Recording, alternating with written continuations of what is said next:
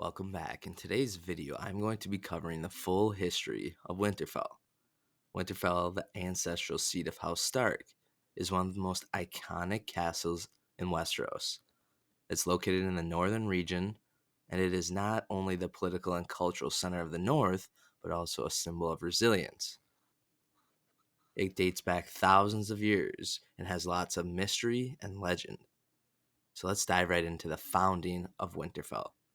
According to legend, Winterfell was established over 8,000 years prior to the events of Game of Thrones by Brandon the Builder, a mythical figure credited with constructing some of Westeros' most iconic structures, including the Wall.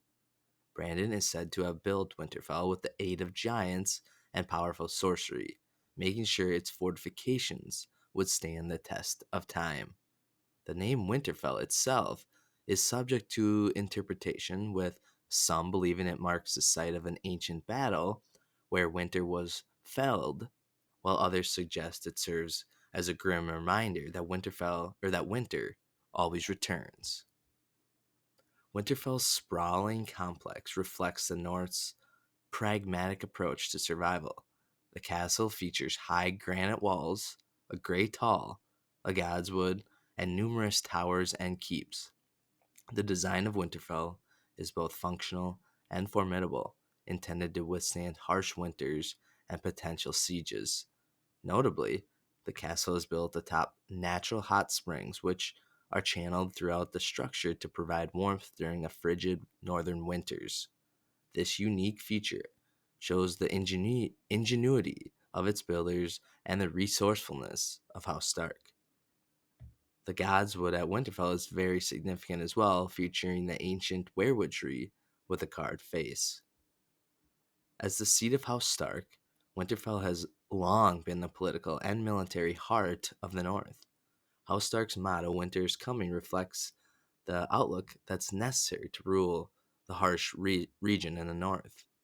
The castle's position as a bastion of northern identity has made it a rallying point for the northern lords and bannermen. The Starks have ruled as kings in the north for thousands of years before bending the knee to House Targaryen during the War of Conquest. Even as wardens of the north under the Iron Throne, the Starks maintain their reputation for fairness and honor. Here are some key events in Winterfell's history. The Long Night.